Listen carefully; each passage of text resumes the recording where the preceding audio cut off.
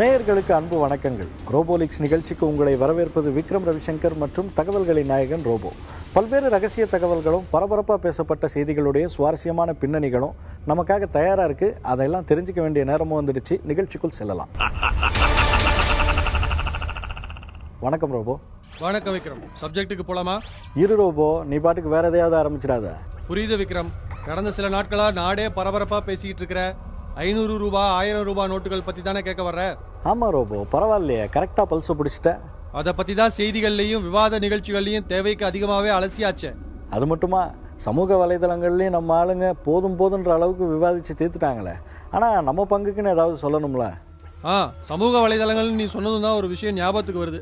500 ரூபாய் 1000 ரூபாய் நோட்டுகள் செல்லாதுன்னு சொன்னதும் செய்தி தொலைக்காட்சிகளுக்கு இணையா சமூக வலைதளங்கள்லையும் விவாதங்கள் தொடங்கினது உண்மைதான். ஆரோக்கியமான விஷயமும் கூட. ஆனா சில குறும்புக்கார நெட்டிசன்ஸ் கொஞ்சம் எல்லை மீறி போயிட்டாங்களோன்னு தோணுது. எதை சொல்ற நீ? அப்படி என்ன செஞ்சாங்க? ரூபாய் நோட்டுகள்ல ராக்கெட் செஞ்சு விடுற மாதிரியான இமேஜஸ், 500 ரூபாய் நோட்டை சுருட்டி அதுல கடலை சாப்பிடுற மாதிரி, ஆடு மாடு கழுதைகளுக்கு தீவனமா போடுற மாதிரி, இன்னும் என்னென்னமோ சொல்ல முடியாத அளவுக்கு கேவலமான சித்தரிப்புகள்ல ஃபேஸ்புக்லையும் வாட்ஸ்அப்களையும் பார்க்க முடிஞ்சது. உண்மைதான் ரோபோ, நிஜமாவே இது ஏத்துக்க முடியாத விஷயம்தான். எல்லாம் மீறி போயிட்டாங்களோன்னு நீ சொன்னதுக்கு அர்த்தம் இப்பதான் புரியுது. மக்கள் ஒரு விஷயத்த நல்லா புரிஞ்சுக்கணும். 500 ரூபாய் 1000 ரூபாய் நோட்டுகளை தடை செய்யல, பழைய நோட்டுகள் செல்லாததுன்னு தான் சொல்லியிருக்காங்க. ரெண்டுத்துக்கும் என்ன வித்தியாசம்? இனிமே 500 ரூபாய் 1000 ரூபாய் நோட்டுகளே கிடையாதுன்னு தடை செஞ்சிட்ட மாதிரி சிலர் ரியாக்ட் பண்றாங்க. அது அப்படி கிடையாது. செல்லும், ஆனா டிரான்சாக்சன் எதுவும் பண்ண முடியாது. பழைய நோட்டுகளை வங்கிகள்லையும் தபால் நிலையங்களையும் கொடுத்து மாத்திக்கலாம்னு தான் சொல்லியிருக்காங்க. ஸோ அந்த நோட்டுக்கு உண்டான மரியாதையை கொடுக்கணும் இல்லையா? அப்படியே அந்த நோட்டுகளை தடை செஞ்சிருந்தாலும் அதுல நம்ம தேசப்பிதா மகாத்மா காந்தி இருக்காரு. அவருக்கு மரியாதை கொடுக்கறதா நினைச்சு குறும்புத்தனத்தை எல்லாம் நிறுத்திக்கிட்டாங்கன்னா நல்லா இருக்கும். இதெல்லாம் புரியாம செய்யறது தான் விக்ரம். புரிஞ்சுட்டா நிச்சயம் அதை நினைச்சு வருத்தப்படுவாங்க. சரி, நம்ம விஷயத்துக்கு வருவோம். கள்ள நோட்டுகளை ஒழிக்கிறதுக்கும் கருப்பு பணம் வச்சிருக்கிறவங்களுக்கு ஆப்பு வைக்கிறதுக்கும் தான் இந்த விஷயம் நடந்திருக்குன்னா வரவேற்கப்பட வேண்டியது தான். ஆனால் இந்த மாதிரி திடீர்னு கொண்டு வரக்கூடிய மாற்றங்கள் உடனடியாக நடுத்தர வர்க்கத்தினரை தான் பாதிக்குது. சில்லறை மாத்துறதுக்கு ஒவ்வொருத்தரும் படாத பாடுபட்டாங்களே. நீ இப்படி சொல்ற, ஆனா சில்லறை கொடுக்குற இடத்துல இருக்கிறவங்க நிலைமையை யோசிச்சு பாரு. பெட்ரோல் பங்குகள்ல மக்கள் சண்டையே போட ஆரம்பிச்சிட்டாங்க. ஆமாம், 1000 ரூபாயை கொடுத்தா மொத்தத்துக்கும் பெட்ரோல் போட்டே ஆகணும்னு சொன்னால் சண்டை தான் போடுவாங்க. எத்தனை பேருக்கு கொடுக்க முடியும்? இருக்கிற வரைக்கும் கொடுக்கலாம், இல்லைன்னா வேற வழி இல்லையே. ஆனா நீ சொல்ற ஒரு பாயிண்ட் நான் ஒத்துக்கிறேன். தினமும் கிடைக்கிற கூலியை நம்பி பிழைக்கிறவங்க ரொம்ப கஷ்டப்பட்டுட்டாங்க. கையில காசு இருந்தும் அவங்களுக்கு கூலி கொடுக்க முடியாம சில முதலாளிகளும் வருத்தப்பட்டாங்க. சரி, இது மூலமா நிஜமாவே கருப்பு பணம் வச்சிருக்கிறவங்க பாதிக்கப்படுவாங்களா? ரொம்ப பெரிய பிக் ஷாட்ஸ்லாம் தப்பிக்க வாய்ப்பு இருக்கு விக்ரம். ஏன்னா அவங்க கிட்ட இருக்கிற கணக்குல வராத பணமெல்லாம் பெரும்பாலும் இன்வெஸ்ட்மெண்ட்டாகவும் சொத்துக்களாகவும் தான் இருக்கு. நீ வேற ரோபோ, அந்த மாதிரி ஆட்கள்லாம் 500 1000 நோட்டுகளா பதுக்கி வச்சிருக்க போறாங்க. எல்லாம் டாலர்ஸ்ல தானே இருக்கும். ஆமா விக்ரம், நூற்றுக்கணக்கான கோடிகள்லையும் ஆயிரக்கணக்கான கோடிகள்லையும் பெரும்பாலானவங்க பணமா வச்சிருக்க வாய்ப்பில்லை. வரி கட்டாம ஏமாத்தி பணம் சேர்த்து வச்சிருக்கிற வியாபாரிகள் மாட்டுவாங்க. கணக்கில் வராமல் லட்சங்களையும் சில கோடிகளையும் லிக்விட் கேஷா வச்சிருக்கிறவங்க மாட்டுவாங்க. எல்லாத்தையும் விட சமீபத்தில் ட்ரெயின்ல 500 கோடி கொள்ளையடிச்ச கொள்ளைக்காரங்களை நினைச்சு பாரு. வேற என்ன ஆப்புதான். ஆக மொத்தத்தில் கடந்த வாரம் முழுக்க 100 ரூபா நோட்டுகள் வச்சிருந்தவங்க தான் பெரும் பணக்காரங்க. ரைட்டு, அடுத்த மேட்டருக்கு போலாம். இப்போதைக்கு அடுத்த மேட்டர்னா தேர்தல் பத்தி பேசலாமா? நானே அதைத்தான் கேட்கணும்னு நினைச்சேன் ரோபோ. ஒரு தொகுதியில் இடைத்தேர்தலும் 2 தொகுதியில் தேர்தலும் நடக்க போகுது. அங்கெல்லாம் வாக்காளர்களுக்கு பணம் கொடுக்க கட்டுக்கட்டா 500 1000 தானே போயிருக்கோம். உண்மைதான் விக்ரம். திருமங்கலம் ஃபார்முலாவுக்கு போட்டியா திருப்பரங்குன்றம் ஃபார்முலான்னு ஒன்று புதுசாக உருவாக இருந்த நிலையில தான் இப்படி ஒரு அறிவிப்பு வந்து இலை கட்சிக்காரங்க எல்லாரும் கழகத்தில் இருக்காங்க. அது என்ன புது ஃபார்முலா? 1000 ரூபாய் 500 ரூபாய் நோட்டுகளா தொகுதியில பல்வேறு இடங்களுக்கு கொண்டு போய் வாக்குப்பதிவுக்கு முன்னதா விநியோகிக்க திட்டமிட்டு இருந்தாங்களாம். கட்சிக்காரர் ஒருத்தர் 10 வீடுகளுக்கு பணத்தை விநியோகிக்கணுமா. அதுவும் வீடுகளுக்கு போகாம வாக்காளர்களை பொது இடத்துக்கு வர வச்சு கொடுக்கணும்னு திட்டம் போட்டிருந்தாங்களாம். சே, பக்காவா பிளான் போட்டா கடைசியில ரூபாயை மாத்திட்டாங்களே. வாக்குப்பதிவுக்கு சில நாட்களே இருக்கிறதால என்ன செய்யறதுன்னு தெரியாம பணத்தை எப்படி கொடுக்கலாம்னு காரசாரமா விவாதிச்சுட்டு இருக்காங்களாம் இலை கட்சிக்காரங்க. ஒரு வாக்குக்கு 500 ரூபாய் கொடுக்கறதா திட்டமிட்டு இருந்த சூரிய கட்சியும் இந்த அறிவிப்புக்கு அப்புறமா நிலைப்பாட்டை மாத்திக்கிட்டதா சொல்லப்படுது. ஆமா, அங்க சூரிய கட்சிக்காரங்களுக்கும் செய்தியாளர்களுக்கும் ஏதோ தகராறுன்னு வேற கேள்விப்பட்டேன். என்ன மேட்டர் அது ஒண்ணுமில்ல விக்ரம், சின்ன மேட்டர் தான். வேட்புமனு தாக்கல் செய்யற அன்னைக்கே மாவட்ட செயலாளர்கள் 2 பேருடைய ஆதரவாளர்களுக்குள்ள வாக்குவாதம் ஏற்பட்டுச்சு இல்லையா? அந்த பிரச்சனையில இருந்து தெற்கு மாவட்ட செயலாளர் செய்தியாளர்களை விரட்டி அடிக்கிறதா சொல்லப்படுது. இந்த விஷயம் தொடர்பா பொருளாளருக்கு நெருக்கமானவங்க கிட்ட செய்தியாளர்கள் புகார் தெரிவிச்சாங்க. ஓ, அவர் சென்னையிலேருந்து திருப்பரங்குன்றத்தில் நடக்கிறதெல்லாம் விசாரிச்சுக்கிட்டு தான் இருக்காரா? பின்ன எலெக்ஷன் நடக்க போறது மதுரையாச்சே, விசாரிச்சு தானே ஆகணும். பத்திரிகையாளர்களுடைய புகாருக்கும் நல்ல ரியாக்ஷன் இருந்துச்சு. என்ன ரியாக்ஷன்? சமீபத்தில் சூரிய கட்சி நிர்வாகி ஒருத்தர் இறந்தப்போ அஞ்சலி செலுத்த வந்த பொருளாளர் தனியா ஹோட்டல்ல தங்கியிருந்தாரு. அங்க வச்சு மாவட்ட சூரிய கட்சி நிர்வாகிகள் எல்லாரையும் தனித்தனியா கூப்பிட்டு தன்னுடைய பாணியில அர்ச்சனை செஞ்சிருக்காரு. அதோட ஒற்றுமையா தேர்தல் பணியாற்றலைன்னா பதவிகள் பறிக்கப்படும்னு எச்சரிச்சுட்டு போயிருக்கிறதா தகவல்கள் வருது. அப்படி போடு. யாரோபோ, எனக்கு ஒரு டவுட்டு. இந்த தேர்தல் பற்றி பேசும்போதெல்லாம் இலை கட்சி சூரிய கட்சி பற்றி தான் நிறைய தகவல்கள் வருது. மற்ற கட்சிகளை பற்றி நீ கூட எதுவும் சொல்ல மாட்டியே? அந்த 2 கட்சிகளும் தானே நேரடியாக களத்தில் மோத போகுது. அப்போ அதை பற்றி தானே தகவல் வரும். இருந்தாலும் நீ கேட்கறதுனால சொல்றேன், ஆனா இப்போ இல்லை. என்ன, பிரேக் போயிட்டு வந்ததும் சொல்கிறேன்னு சொல்ல போகிற அதானே? சொல்லுறோபோ, மற்ற கட்சிகளை பற்றியும் சொல்கிறேன்னு சொன்னியே. சொல்றேன் விக்ரம். சட்டமன்ற தேர்தலில் படுதோல்வி அடைஞ்ச பிறகு முரசும் மக்கள் நலக்காரங்களும் மறைமுகமா மாறி மாறி குற்றம் சாட்டிக்கிட்டாங்க. முக்கியமா அவங்க தொண்டர்கள் மறைமுகமா மோதிக்கிட்டாங்கன்னே சொல்லலாம்.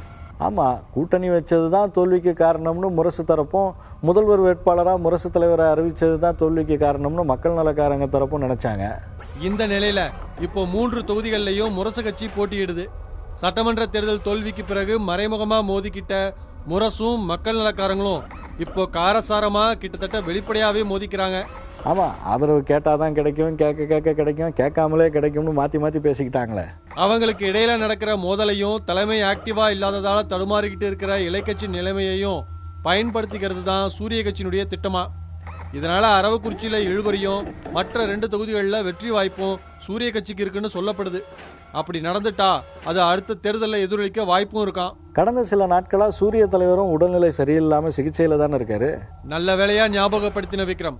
கடந்த 1.5 மாதமா சிகிச்சையில் இருக்கிற இலை தலைமையை பார்க்க நாடு முழுக்க இருந்து பல்வேறு தலைவர்களும் பிரமுகர்களும் வந்துட்டு போனாங்க. ஆனா தன்னை பார்க்க யாரும் வராததுல சூரிய தலைவருக்கு வருத்தமா. அவங்கெல்லாம் வருவாங்க போவாங்க, ஆனால் முக்கியமான ஆள் ஒருத்தர் வந்து தலைவரை பார்த்துட்டாராமே. உனக்கும் தகவல் வந்திருக்கும் போல. இருந்தாலும் உனக்கு வர்ற அளவுக்கு டீட்டெயிலாக வருமா? சொல்லு, வந்தவர் என்ன பேசினாரு, என்னாச்சு? மதுரை மாவீரன் வந்துட்டு போனதுல தலைவருக்கு மகிழ்ச்சியோ இல்லையோ, இளைய தலைவர் தரப்பு தான் பயங்கர அப்செட்ல இருக்கு. அந்த சந்திப்பை தடுக்க எவ்வளவோ முயற்சி செஞ்சும் தடுக்க முடியலையா. எத்தனை நாளைக்கு தடுக்க முடியும்? என்னைக்காவது ஒரு நாள் கண்கள் பணித்து இதயம் இனிக்கத்தானே செய்யும். அதுவும் சரிதான். ஆனா இப்போ நடந்த இந்த சந்திப்புல யாரும் எதிர்பார்க்காத சில திருப்பங்கள் நடக்க வாய்ப்பு இருக்குன்னு பேசிக்கிறாங்க. என்ன திருப்பம்? நடக்க இருக்கிற 3 தொகுதி தேர்தலில் தலைவரின் ஆணைக்கிடங்க மதுரை மாவீரன் பங்கு பெரிய அளவில் இருக்கும்னு நினைச்சு இளைய தலைவர் தரப்பு கலக்கத்தில் இருக்கான். அப்படியெல்லாம் நடக்கிறதுக்கு வாய்ப்பு இருக்கா என்ன? மதுரை மாவீரனுடைய பங்கு தடாலடியா இல்லைனாலும் முகாமிட்டு தன்னுடைய ஆட்களை களத்தில் இறக்கிவிட்டு மேற்பார்வை பார்க்குற அளவுக்காவது இருக்கும்னு நம்புறாங்க. அதுவும் செவி வழி செய்தி தானா. சரி, எதுவாக இருந்தாலும் நடக்கும்போது தெரியத்தானே போகுது. அடுத்த மேட்ருக்கு வா. கடந்த சட்டமன்ற தேர்தலில் போட்டியிட்ட முரசு கட்சியை சார்ந்தவங்களுக்கு தலைமை உறுதியளித்தபடி செலவு தொகைக்கு பணம் தரலையாம். அதனால பலர் தலைமறைவு வாழ்க்கை வாழ்ந்து வர்றாங்க. இது எந்த ஊர்ல? எந்த ஊருன்னு குறிப்பிட்ட சொல்ல முடியாது விக்ரம். பல இடங்கள்ல அந்த கட்சி வேட்பாளர்கள் இந்த அவல நிலையில இருக்காங்க. விவரமா சொல்லு. வலுவான கூட்டணி இல்லாததால வெற்றி வாய்ப்பு இல்லைன்னு தெரிஞ்சு முக்கிய தலைவர்கள் போட்டியிடாம ஒதுங்கிக்கிட்டாங்க. அதனால 2ஆம் கட்ட தலைவர்கள் பல இடங்கள்ல களமிறக்கப்பட்டாங்க. அப்போ தேர்தல் செலவுக்கு 10 லட்சத்துல இருந்து 20 லட்சம் வரைக்கும் கொடுக்கறதா தலைமை உறுதி கொடுத்திருந்தது. அதை நம்பி களத்தில் இறங்கினவங்க தான் இப்போ தலைமறைவா இருக்காங்களா? இதெல்லாம் முன்னாடியே வாங்கியிருக்க வேண்டாமா? தேர்தல் சமயத்துல வேட்பாளர்கள் பணம் கேட்டப்போ நீங்க செலவு செய்யுங்க அப்புறமா தந்துடுறோம்னு சொல்லியிருக்காங்க. ஒரு சில பணக்கார வேட்பாளர்கள் தவிர மற்றவங்கெல்லாம் அதை நம்பி லட்சக்கணக்காக கடன் வாங்கி செலவு செஞ்சிருக்காங்க. தேர்தல் முடிஞ்ச உடனேவாவது கேட்டாங்களா? கேட்டிருப்பாங்க. அதுக்கு என்ன பதில் வந்துச்சான்? தலைமையும் கடுமையான பண நெருக்கடியில் இருக்கிறதால கட்சிக்கு சொந்தமா சென்னையில் இருக்கிற ஒரு இடத்த வித்து எல்லோருக்கும் செட்டில் பண்றோம்னு வாக்கு கொடுத்திருக்காங்க. அதுக்கப்புறம் பல முறை தலைமை அலுவலகம் வந்த வேட்பாளர்களை தலைவரை சந்திக்க விடாம மற்றவங்களே பேசி அனுப்பி வச்சிருக்காங்க. தேர்தல் முடிஞ்சு 6 மாசம் ஆகுது ரோபோ. அதனாலதான் இப்போ கடங்காரங்க வேட்பாளர்களை நெருக்க ஆரம்பிச்சிட்டாங்க. பலரும் தங்களுடைய சொந்த ஊருக்கே போக முடியாம தலைமறைவா வாழ்ந்து வர்றாங்களாம். கடைசி வரைக்கும் தரவே இல்லைன்னா என்ன பண்ணுவாங்களாம்? கட்சி தலைமை பணம் தரலைன்னா நீதிமன்றத்துக்கு போலாமா இல்ல ஊரை விட்டு நிரந்தரமா ஓடி தலைமறைவா ஆயிடலாமான்னு யோசிக்கிறாங்க. புதுசு இல்லை, அதான் பிரச்சனையை ஃபேஸ் பண்ண முடியாமல் தவிக்கிறாங்க. கொஞ்சம் எக்ஸ்பீரியன்ஸான அரசியல்வாதினா கடன் கொடுத்தவனை வந்து பாருன்னு சொல்லியிருப்பாங்க. ஆமா விக்ரம், எக்ஸ்பீரியன்ஸ்டு அரசியல்வாதிகள் பிரச்சனைகளை ஃபேஸ் பண்ற விதமே தனிதான். வித்தியாசமாகவும் இருக்கும், தெளிவாகவும் இருக்கும். நீ ஏதோ அடுத்த சப்ஜெக்ட் ஆரம்பிச்சிட்ட மாதிரி தெரியுது. பெருசா ஒண்ணுமில்ல விக்ரம், சின்ன மேட்டர் தான். திடீர்னு ஞாபகம் வந்துச்சு. தேனி மாவட்டம் பெரியகுளம் நகரமன்ற உறுப்பினராக இருந்து இப்போ மிகப்பெரிய பதவி வரைக்கும் வளர்ந்த எக்ஸ்பீரியன்ஸ்டு இலைக்கட்சி அரசியல்வாதி ஒருத்தர் தன்னுடைய பிரச்சனையை ரொம்ப சிம்பிளா வித்தியாசமா ஹேண்டில் பண்றாரு. அதைத்தான் சொல்ல வந்தேன். சரி, என்னதுன்னு சொல்லு. தன்னை பத்தின தகவல்கள் வார இதழ்கள்லயும் மாத இதழ்கள்லயும் வர்றதா அவர் விரும்பலையாம். குறிப்பா தேனி மாவட்டம் பெரியகுளம் பகுதியில அதெல்லாம் விற்பனையாகிறதே அவருக்கு பிடிக்கலையாம். ஓகே, அதுக்கு என்ன செய்யறாரு?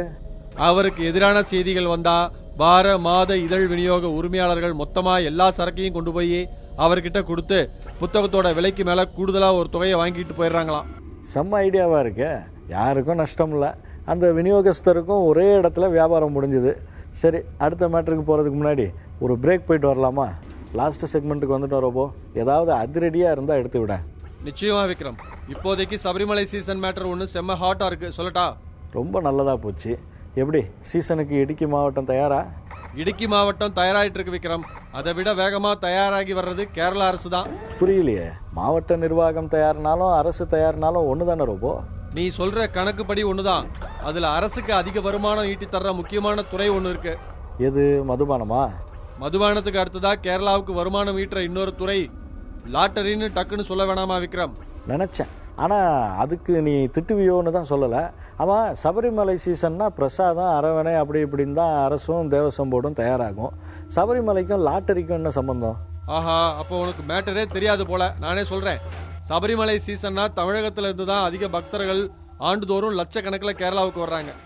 அதுலயும் இடுக்கி மாவட்டம் குமுளி வழியா வர்ற பக்தர்கள் அதிகம். புல்லுமேடு பக்கத்துல இருக்கிறதால ஷார்ட்டா சபரிமலை போகலாம்னு இந்த வழியில வர்றாங்க. தவிர செங்கோட்டை, புனலூர், நாகர்கோவில் பாரசாலை வழியா சபரிமலைக்கு வந்தாலும் தமிழக பக்த கோடிங்க கோடிகள் கனவுல குமுளி வழியா கீழே இறங்குவாங்க. இதுதான் வழக்கம். இவங்களுக்காக அதிக எண்ணிக்கையில லாட்டரி அச்சடிப்பு பணிகள் நடந்துட்டு இருக்கிறதா சொல்றாங்க. ஐயப்ப பக்தர்கள் லாட்டரி வாங்குவாங்களா ரோபோ? நல்லா கேட்ட விக்ரம். அவங்கள வச்சுதான் ஒரு வருஷம் மொத்த லாட்டரி விற்பனை வருமானத்தை கார்த்திகை மார்கழின்னு 2 மாசத்துல கேரள அரசு எடுக்குதுன்னா பாத்துக்கோ. ஆச்சரியமா இருக்க. ஆமா விக்ரம். மாலையை போட்டு வேண்டின கையோட தமிழக சாமிகள்ல 90% பேர் கட்டாயம் லாட்டரி எடுத்துட்டு தான் போறாங்க. அதுவும் 1-2 இல்ல, கட்டுக்கட்டா. நீ ஒரு நாள் குமுளி வண்டி பெரியார் பஸ் ஸ்டாண்ட் பக்கம் இருக்கிற லாட்டரி கடைகள்ல சீசன் அப்போ நின்னு பாரு, உனக்கே ஆச்சரியமா இருக்கும். அப்போ ஐயப்பன் சாமி கிட்ட சாமி எப்படியாவது ஒரு டிக்கெட்டுக்காவது பிரைஸ் அடிக்க வச்சிருந்து வேண்டிக்குவாங்களோ? வேண்டுறாங்களோ இல்லையோ, ஒரு சின்ன பிரைஸாவது அடிச்சிடுது அவங்களுக்கு. அதுதான் அவங்க கேரளா லாட்டரி மேல இவ்வளோ ஈகரா இருக்க காரணம். எப்படி ரோபோ? கேரள லாட்டரி அப்படித்தான் தயாராகுது. என்ன ரோபோ? லாட்டரினா டிக்கெட் எடுக்கணும், குலுக்கணும், குலுக்கின நம்பர் வரணும், அதிர்ஷ்டம் வேணும், இப்படி தான் கேள்விப்பட்டிருக்கிறேன். நீ தயாராகுதுன்னு சொல்ற? ஆமா விக்ரம், கேரளா லாட்டரி அப்படிதான் தயாராகுதுன்னு சொல்றாங்க. அதாவது 100 டிக்கெட் கொண்ட ஒரு கட்டுக்கு ஒரு பரிசு, ஒரு சீரியலுக்கு ஒரு செகண்ட் பிரைஸ், ஒவ்வொரு நாளும் ஒவ்வொரு சீரியலுக்கும் ஒரு முதல் பரிசு. இப்படி சொன்னா எப்படி ரோபோ? புரிய மாட்டேங்குது. விக்ரம், நீ குமிழில 20 ரூபாய் டிக்கெட் 100 இருக்கிற மாதிரி ஒரு கட்டு வாங்குற. அதுல கட்டாயம் 1 இல்ல 2 பரிசு உண்டு. அது கடைசி 3 டிஜிட் இருக்கிற 500 ரூபாய் வரையிலான சிறிய பரிசு. அப்புறம் கடைசி 4 டிஜிட் இருக்கிற 5000, 10,000 உள்ள 3வது பரிசு. இதுல 1 உனக்கு நிச்சயம் கிடைக்கும். அப்புறம் 2வது பரிசு லட்சங்கள், முதல் பரிசு பல லட்சங்கள், கோடிகளும் இருக்கு. அது யாருக்கோ விழும்னு வச்சுக்கோ. ஆனா 100 டிக்கெட் இருக்கிற ஒரு கட்டு வாங்கினா நிச்சயம் ஒரு பரிசு உறுதி. அப்படித்தான் ரிசல்ட் செட் பண்றாங்க. அதனாலதான் சொன்னேன் சாமிங்க கட்டுக்கட்டா வாங்குறாங்கன்னு. நீ சொன்னது கட்டு தானே? கட்டுக்கட்டான்னா ஒரு லாட்டரி 5 சீரியல்ல இருக்கும். ஒரே நம்பர்ல இருக்கிற 5 கட்டையும் வாங்குறது தான் கட்டுக்கட்டான்னு சொன்னேன். என்ன ரோபோ சொல்ற? 5 கட்டுனா எவ்வளோ? 10,000 ரூபாய்க்கும் மேல போகுதே. ஆகும் விக்ரம். ஆனா கடைசி 4 டிஜிட்ல 10,000 விழுதுன்னு வச்சுக்கோ. 5 சீரியலுக்கும் சேர்த்து 5 டிக்கெட்டுக்கும் சேர்த்து 50,000 ஆச்சா? சாமி வேண்டுதல் பழிச்சுச்சா? ஓ, அப்படின்னா இது குலுக்கல் இல்லை. குலுக்கல்னா எப்படி ஒரு சீரியலுக்கு ஒரு பிரைஸ் கிடைக்கும்? அவங்களா தயார் பண்றாங்கன்றது தெளிவாகுது. இதுக்கே இப்படிங்கிற இன்னொன்னு சொல்றேன் கேளு. சாமிங்க தொடர்ந்து பல வருஷமா வர்றதுனால லாட்டரி கடைக்காரங்க எல்லாரும் நல்ல தோஸ்த் ஆயிடுறாங்க. மாலையை கழட்டிட்டு ஊருக்கு போனதுக்கு அப்புறம் போன் அடிக்கிறாங்க. அங்கிருந்து டிக்கெட் கூரியர்ல வருது. கொரியர்ல கேரளா லாட்டரி தமிழகத்துக்கு வருதா? ஏராளமா வருது விக்ரம். சபரிமலை சீசன்ல மட்டும் இல்ல, எல்லா காலங்கள்லயும். சிலர் இன்னும் அட்வான்ஸா லாட்டரியை தமிழகத்துக்கு வரவழைக்காம கேரள லாட்டரி ஏஜென்ட்டுக்கு போன் போட்டு சொல்லி கேரளாவிலே எடுத்து வைக்க சொல்றாங்க. அவங்களும் எடுத்து வைக்கிறாங்க. பணம் ஏஜென்ட் அக்கௌண்ட்ல ஏறுது. பிரைஸ் விழுந்தா அந்த பணம் கஸ்டமர் அக்கௌண்ட்ல ஏறுது. முடிஞ்சு போச்சு. ஏஜென்ட் ஏமாத்திட்டா? இந்த தொழில அப்படி இது வரைக்கும் யாரும் செய்யல விக்ரம். ஆன்லைன்ல முகம் பார்க்காதவங்களை நம்பி பணம் கட்டி பொருள் வாங்குறது இல்லையா, அது மாதிரி. என்ன ரோபோ, லாட்டரி கதை பெரிய கதையா இருக்கும் போலயே. ஆமா, இப்படி லாட்டரி வாங்குறவங்க எப்படி ரிசல்ட் பாக்குறாங்க? என்ன இது, நீ இன்டர்நெட் உலகத்துல தானே இருக்க. இருந்தாலும் சொல்றேன். அதாவது குமுளி வழியா சபரிமலை போறப்போ லாட்டரி கட்டுகளா வாங்கிக்கிட்டு போறாங்க. சபரிமலை போனதுமே ரிசல்ட் பார்க்கலாம், இல்லாட்டி திரும்பி வரும்போது பார்க்கலாம். தினசரி குழுக்கள் லாட்டரி இருக்கிறதால இந்த வசதி. இல்லாட்டி இருக்கவே இருக்கு கேரளா லாட்டரி ரிசல்ட்னு கூகுளில் அடிச்சதும் திறக்கிற வெப்சைட். Daily update. மொபைலில் தட்டினா போதும், ரிசல்ட் பார்க்க வேண்டியது. பரிசு விழுந்தா டிக்கெட் பின்னாடி அடிச்சிருக்கிற சீல்ல இருக்கிற ஃபோன் நம்பருக்கு ஃபோனை போட்டு அடுத்த கட்ட ஏற்பாடுகளை பண்ண வேண்டியது. அவ்வளவுதான். தமிழகத்தில் தடைன்னு சொல்லிக்கிட்டு இருக்கோம். லாட்டரி ஒழிப்பால் அரசுக்கு வருமான இழப்புனாலும் தமிழக குடும்பங்கள் காப்பாற்றப்படுதுன்னு அரசும் மார்த்தட்டிக்கிட்டு இருக்கு. ஆனால் நிலைமை தலைகீழால போயிட்டு இருக்கு. விக்ரம், இதெல்லாம் சீசன் கதை, சாமிங்க கதை. இது இல்லாம கேரளா லாட்டரி தமிழகத்துல சகஜமா விற்பனை செய்யப்படுது. அதுக்குன்னே பெரிய கும்பல் இருக்கு. தவிர கேரள எல்லையோர மாவட்டங்கள்ல இருந்து கேரளா வந்து தனக்கும் தன்னுடைய நண்பர்களுக்கும் கூட்டத்துக்கும் சேர்ந்து லாட்டரி வாங்கிக்கிட்டு போற தமிழக மக்களும் அதிகரிச்சுக்கிட்டே இருக்காங்க. அடப்பாவமே, என்ன ரொம்ப சொல்ற? அதுக்கு தான் கேரள அரசு லட்சக்கணக்கான தமிழக ஐயப்ப பக்தர்களை நம்பி அதிகப்படியான பல லட்சம் லாட்டரிய ரெடிமேடா ரிசல்ட்டுகளோட வெளியாக இருக்கிற லாட்டரிய அச்சடிச்சு தயாரிக்கிற வேலையில மும்முரம் காட்டி வருதுன்னு தயாராகிட்டு இருக்குன்னு சொன்னேன். இப்ப புரியுதா? நல்லா புரியுது ரோபோ. தமிழக மக்கள் சபரிமலை ஐயப்பன் கோயிலால் மட்டும் கேரள அரசுக்கு வருமானத்தை கொடுக்கல, லாட்டரியாலையும் வாழ வைக்கிறாங்க. என்ன செய்யலாம் ரோபோ? நாம சொல்றத தெளிவா சொல்லிட்டோம் விக்ரம். இனி தமிழக அரசு தான் லாட்டரி சொல்லும் வழிகளை அடைக்கணும். அதுக்கு தான் ஏகப்பட்ட வழி இருக்கிறத சொல்லியாச்சு. அடைக்கிறது அவங்க பொறுப்பு. இல்லைன்னா லாட்டரி இல்லாத தமிழகம்னு சொல்லிக்கிட்டே இருக்கட்டும். கேரளா லாட்டரியால கெடுற தமிழக குடும்பங்கள் கெட்டுக்கிட்டே இருக்கட்டும். இது ஒரு போதை. இந்த போதை பரவக்கூடியதும் கூட. பரவாம தடுக்கிறதும் தமிழக அரசு கையில தான் இருக்கு. நல்லா புரியுற மாதிரி சொல்லிட்ட ரோபோ. வந்தாரை மட்டுமல்ல விக்ரம், அண்டை மாநிலத்தாரையும் அங்கே போய் அள்ளி கொடுத்து வாழ வைக்கும் தமிழ்நாடுன்னு சொல்லி முடிச்சிடலாமா? ஆகட்டும் ரோபோ. சென்ற இடமெல்லாம் தமிழுக்கு சிறப்போ இல்லையோ, தமிழன் சென்ற இடமெல்லாம் சிறப்புன்னு சொல்லி முடிக்கலாம். நேயர்களே, நம்ம நிகழ்ச்சி பற்றிய உங்கள் கருத்துக்களை robo@newgenmedia.in மின்னஞ்சல் முகவரிக்கு எழுதி அனுப்புங்க. மற்றொரு நிகழ்ச்சியில் சந்திக்கலாம். நன்றி.